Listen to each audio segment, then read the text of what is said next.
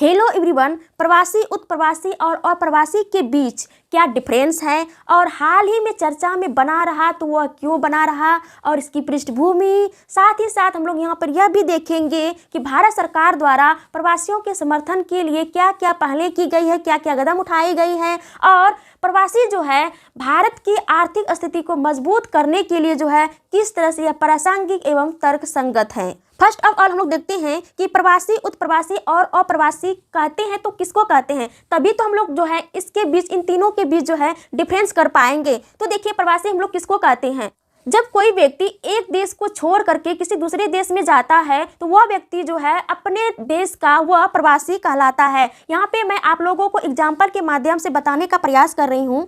मान लीजिए कि कोई देश आपका एक अमेरिका है, मान लीजिए आप एक अमेरिका को ले लीजिए, दूसरा आप जापान या ब्रिटेन को ही ले लीजिए।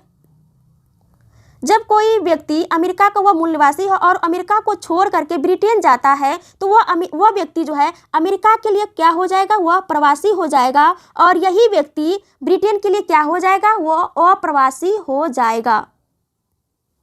आप यहाँ पे इस बात को समझें कि प्रवासी और अप्रवासी किसको कहते हैं, और प्रवासी और उत्प्रवासी ये दोनों लगभग सेम ही होते हैं। तो इस बात को भी आप लोग समझ गए। और प्रवासी को हम लोग इमिग्रेंट कहते हैं और अप्रवासी को इमिग्रेंट कहते हैं। तो यहाँ पे आई, यहाँ पे ई, इस बात को आप लोग ध्यान में रखेंगे। तो यहाँ पे हम लोग बहुत ही अच्छे तरीके से समझ गए कि प्रवासी किसको कहते हैं, उत्प्रवासी किसको कहते हैं और अप्रवासी किसको कहते हैं।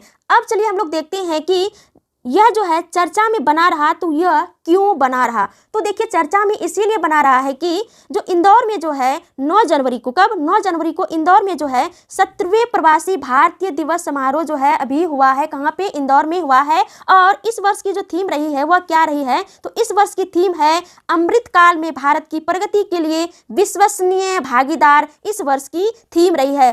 अब चलिए हम लोग देखते हैं कि इस वर्ष जो भारतीय प्रवासी दिवस जो है इंदौर में जो मनाया गया, तो इस वर्ष जो है मुख्य अतिथि एवं विशेष अतिथि जो रहे वह कौन रहे। तो देखिए, गुयाना के, कहाँ के, गुयाना के राष्ट्रपति और सूरीनाम के राष्ट्रपति जो है इस वर्ष जो है मुख्य एवं विशेष अतिथि रहे हैं। और गुयाना के राष्ट्रपति कौन, डॉक्टर मोहम्मद इरफान अली, और सूरीनाम के राष्ट्रपति श्री चंद्रिका प्रसाद संतोखी जी जो है रहे हैं मुख्य एवं विशेष अतिथि। यहाँ पे मैं आप लोगों को मैप के माध्यम से बताने का प्रयास करी हूँ। और देखिए, गुयाना और सूरीनाम ये दोनों जो है साउथ अमेरिका कॉन्टिनेंट के क्या हैं, कंट्रीज हैं।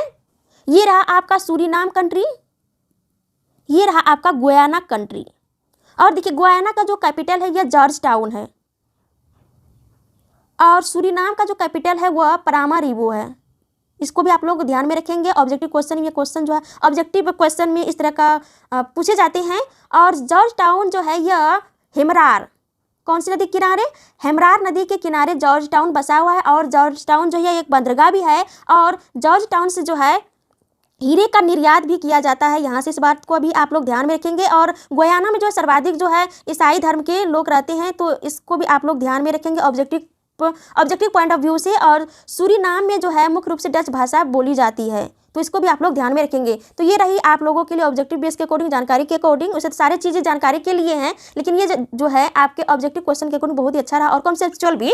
और यहाँ पे आप लोग देख सकते हैं, ये तो यहाँ पे मैं आप लोगों को बता दी कि ये जो है नॉर्थ अमेरिका का जो है, नॉर्थ अमेरिका कॉन्टिनेंट का ये 2 कंट्रीज हैं। यहाँ पे आपका जो है इधर हो जाएगा आपका वेनेजुएला, नीचे आपका ब्राज़ील, इधर फिर आपका जो है फ्रेंच गुयाना, इस तरह से जो है आपका क्या है कंट्री है नॉर्थ अमेरिका कॉन्टिनेंट के।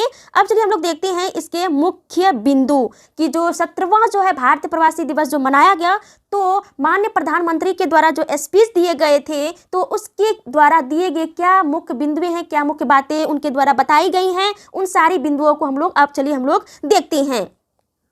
तो उनके द्वारा जो है डाक टिकट, स्मारक डाक टिकट जारी किए। तो वो कौन से स्मारक डाक टिकट है, तो सुरक्षित जाएं, प्रशिक्षित जाएं, यह जारी किए गए हैं।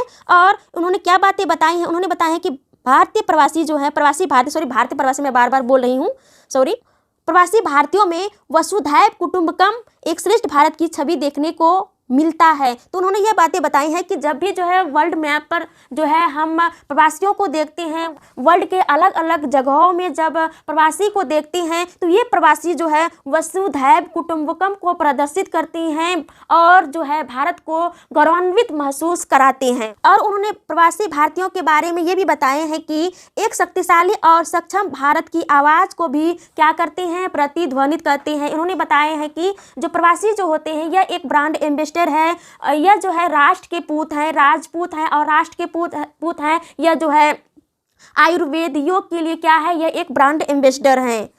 और इन्होंने यह भी बताया है कि भारत जो है अभी जो है क्या करें, इस साल जो है भारत G20 की अध्यक्षता भी कर रही है और भारत के 200 शहरों में जो है अलग अलग देशों से डिप्लोमेट्स आएंगे, यहाँ पर मीटिंग करेंगे और जो है भारतीयों के मन में अतिथि देवो भव को जो है उसकी भावना को देखेंगे। उन्होंने यह भी बातें बताई हैं कि भारतीय युवाओं का कौशल, मूल्य और कार्य नैतिकता जो है वैश्विक विकास का इंजन बन सकती है। और जो 17वां भारतीय प्रवासी दिवस समारोह जो हुआ इंदौर में हुआ, तो इसके लिए जो है 70 से अधिक देशों से 3500 से अधिक डायस्पोरा, जिसको हम लोग प्रवासी कहते हैं, डायस्पोरा पंजीकृत किए थे और बहुत सारे जो है डायस्पोरा इंदौर में आए भी थे पार्टिसिपेट करने के लिए। अब चलिए हम लोग देखते हैं प्रवासी भारतीय दिवस जो मनाया जा रहा है तो वह कब से मनाया जा रहा है। जो इस बार 17वां प्रवासी दिवस मनाया गया तो जो है सर्वप्रथम कब मनाई गई थी, तो देखिए सर्वप्रथम जो है वो 2003 को नई दिल्ली में मनाई गई थी। और यह जो प्रवासी भारतीय दिवस मनाने का जो एक तरह से किसी के मन में तो जरूर आया होगा, तो वह जो है लक्ष्मीमल सिंघवी के मन में सर्वप्रथम आया। इसी के माइंड की उपज है, यह भारतीय प्रवासी जो है लक्ष्मीमल सिंघवी के माइंड की उपज है और इसी के माइंड की उपज के कारण जो है भारतीय प्रवासी दिवस हम लोग मनाते हैं। और हम लोग 9 ही जनवरी को क्यों मनाते हैं भारतीय प्रवासी दिवस, इसीलिए मनाते हैं कि गांधी जी जो है वह साउथ अफ्रीका से 9 जनवरी को ही जो है भारत लौटे थे। 9 जनवरी 1915 को जो है गांधी जी भारत लौटे थे, इसी कारण से हम लोग जो है 9 जनवरी को भारतीय प्रवासी दिवस मनाते हैं। अब चलिए हम लोग देखते हैं कि जो प्रवासी भारतीय है यह भारत को कैसे लाभ देता है या भारत की आर्थिक स्थिति को कैसे मजबूत करता है। देखिए प्रवासी जो रहते हैं, प्रवासी लोग किसको कहते हैं, जो दूसरे देश में जाकर के रहते हैं, देश को छोड़ करके जो दूसरे देश में जाकर रहते हैं, तो वह जो दूसरे देश में जो रहते हैं तो वहाँ पे कमाते हैं। जब वो कमाते हैं तो वो उस धन को अपने देश में ट्रांसफ़र करते हैं, तो उसको हम लोग रेमिटेंस या विप्रेशन कहते हैं। तो इससे जो है भारत की सरकार को भारत की आर्थिक स्थिति को मजबूत करने के लिए अहम रोल प्ले करते हैं ये विप्रेशन। और साथ ही साथ जो है यह प्रवासी जो है भारत समर्थक राजनीतिक संदर्भों को मजबूत करने, निर्माण करने में भी अहम रोल प्ले करते हैं। कल्चरल आदान प्रदान करते हैं, प्राकृतिक विविधताओं का प्रबंधन करते हैं, सॉफ्ट पावर, भारत की सॉफ्ट पावर को दुनिया को बताते हैं। अब चलिए हम लोग देखते हैं कि प्रवासी से जुड़ने के लिए सरकार द्वारा क्या क्या जो है नई पहल, क्या क्या कदम उठाई गई हैं। तो देखिए भारतीय प्रवासी दिवस मनाए जा रहे हैं, 2003 से ही जो है भारतीय प्रवासी दिवस मनाए जा रहे हैं भारत सरकार के द्वारा। और भारत सरकार के द्वारा कई जो है कार्यक्रम भी चलाए गए हैं। उनमें से एक है भारत को जानो कार्यक्रम। और विदेशों में भारतीय समुदाय की रक्षा हेतु सामाजिक सुरक्षा समझौता भी करती है बीच बीच में सरकार। और जो है जो प्रवासियों के देखभाल के लिए, प्रवासी भारतीयों की देखभाल के लिए जो है जो प्रवासी भारतीय मामलों के मंत्रालय है उसको विदेश मंत्रालय में क्या कर दिया गया है, विलय कर दिया गया है, ताकि विदेश मंत्रालय के द्वारा जो है भारतीयों का क्या किया जाए, सुरक्षा किया जाए। अब चलिए हम लोग देखते हैं कि भारतीय प्रवासी को समर्थन देने के लिए, भारतीय प्रवासियों को बढ़ावा देने के लिए, प्रोत्साहित करने के लिए भारत सरकार के द्वारा आगे क्या क्या समर्थन प्रदान किया जा सकता है, इसके लिए क्या आगे की राह हो सकती है। तो देखिए भारत सरकार के द्वारा जो है द्विपक्षीय संबंधों को बढ़ावा देना चाहिए। जो जहाँ पर जो है भारतीय प्रवासी वर्ल्ड के अनेक जगहों में जो जहाँ पर रहते हैं, तो उन देशों के साथ जो है भारत सरकार को जो है द्विपक्षीय वार्ता करना चाहिए। द्विपक्षीय वार्ता के माध्यम से अपने संबंधों को मजबूत करना चाहिए, ताकि वहाँ पर जो है भारतीय प्रवासी को किसी भी तरह का जो है समस्याओं का सामना नहीं करना पड़े।